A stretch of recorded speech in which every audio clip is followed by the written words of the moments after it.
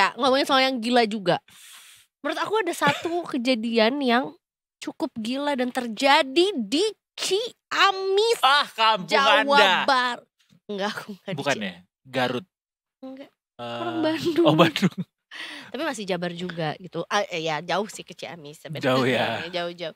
Tapi ini mengerikan dan menurutku juga cukup gila karena ini ada satu kejadian penghilangan nyawa yang menelan korban seorang gadis di Ciamis juga gitu. Yang akhirnya juga ya setelah penyelidikan dilakukan juga menguak fakta-fakta yang juga cukup bikin miris juga gitu. Dan Bahaya sih untuk ini. untuk detailnya setelah ini kita akan langsung terhubung dengan jurnalis Detik Jabar, ada Kang Wisma Putra. Kang Wisma, selamat sore. Halo, selamat sore. Kang Wisma, Sore, Kang Wisma. bagus banget backgroundnya kayak lagi berwisata.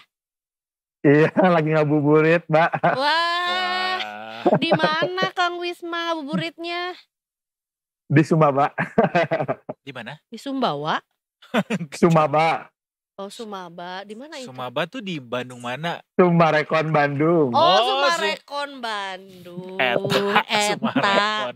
Di Summarecon pantesan. Oh, nyebutnya tuh Sumaba, Summarecon Bandung. Iya. Oh gitu. Iya. Udah rencana akan bukber abis ini, Kang Wisma? Kebetulan lagi main sama keluarga. Oh gitu, siap. Tapi tetap bertugas juga.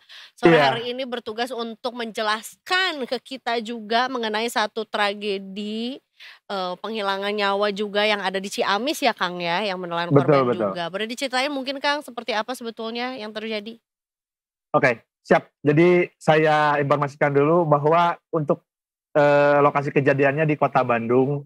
Dan kebetulan korbannya itu warga Ciamis. Jadi dalam kejadian ini tuh terjadi pada tanggal 10 Maret lalu, di mana gadis berusia 19 tahun berinisial I, dia dibunuh di kosannya yang berada di Kecamatan Coblong, Kota Bandung. Jadi awal mula kejadian ini di mana si korban ini sempat pesta miras dulu dan juga obat-obatan terlarang dengan 3 wanita lainnya, dan kita ketahui juga bahwa korban dan 3 wanita lainnya ini merupakan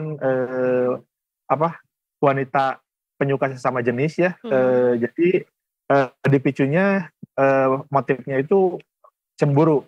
Jadi awal mulanya itu pas malam itu tuh pelaku berinisial L yang merupakan pasangan dari korban ini meminta kepada pelaku utama yakni yang berinisial B untuk tidur di ruangan atas dan meminta korban tidur di ruangan bawah gitu. Jadi awalnya tuh itu kalau kata polisi rebutan teman tidur gitu. Nah, si korban ini cemburu kepada si pasangan berinisial L ini gitu. Dan si pelaku utama B ini tersulut emosi dengan perilaku korban, dan akhirnya pada malam itu pun terjadi cekcok di kosan tersebut, dan si B ini mendapatkan pisau untuk menusuk leher korban itu di tempat penyimpanan alat makan gitu. Jadi si pisaunya tuh udah ada di kosannya, dan pada saat cekcok itu si korban langsung ditusuk. Nah, terus kan ada 2 pelaku yang terlibat, ada 2 pelaku lainnya yang terlibat, yakni wanita berinisial L dan wanita berinisial M. Nah, kedua pelaku ini setelah hasil pemeriksaan dari pihak kepolisian, mereka berperan membantu dan menghalang-halangi penyidikan dari pihak kepolisian gitu. Jadi mereka tuh dari mulai menghilangkan jejak darah sampai membuang pakaian dan membuang pisau itu gitu. Jadi terus kejadian ini juga pas waktu itu si pelaku L, si pasangan dari si korban ini memberitahu kepada pihak keluarga bahwa si korban ini meninggal karena dibegal gitu. Awalnya gitu dulu. Nah, tapi setelah pihak keluarga datang ke rumah sakit dan mereka merasa janggal karena tidak ada satupun barang milik korban yang hilang, dari mulai handphone, motor, dan benda berharga lainnya gitu.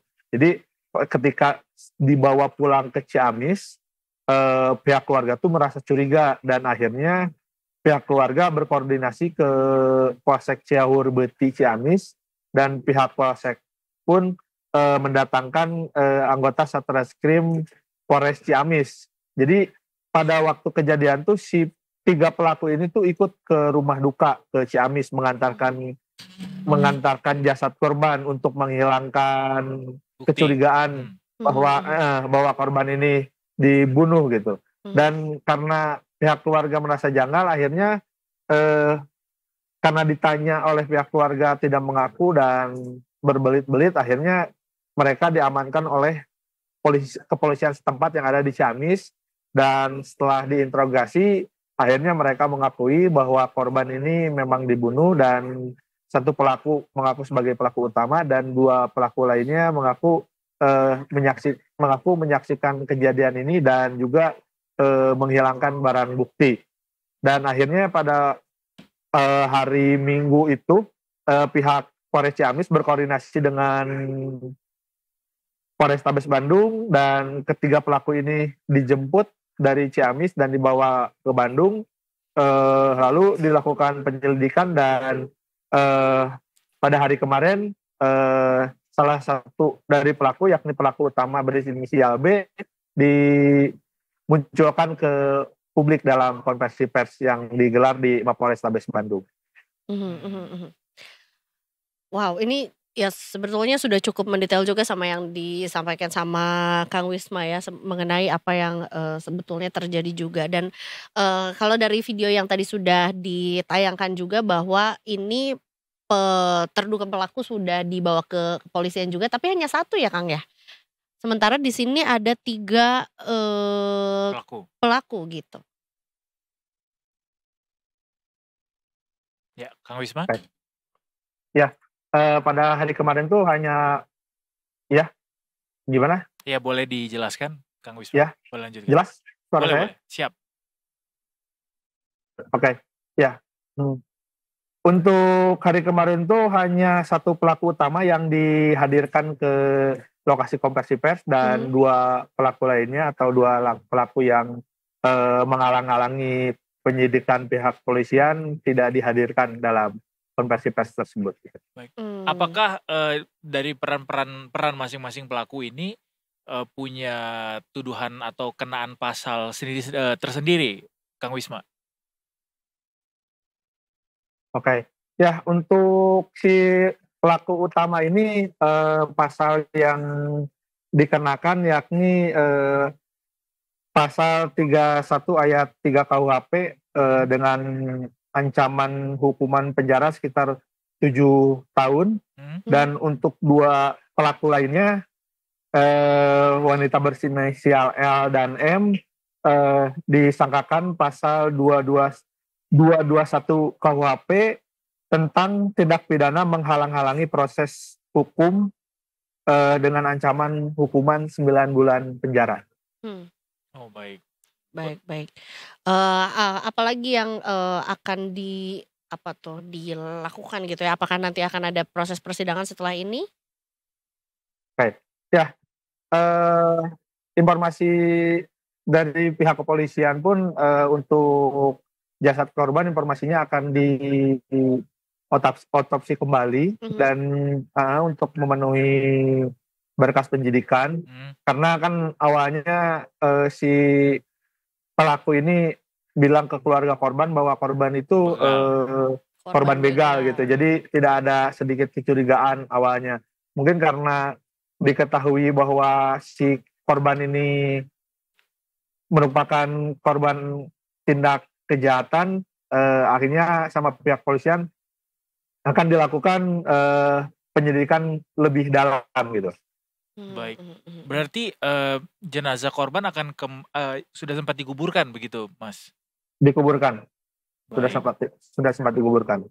Jadi informasinya akan dibongkar kembali untuk dilakukan otopsi. Baik.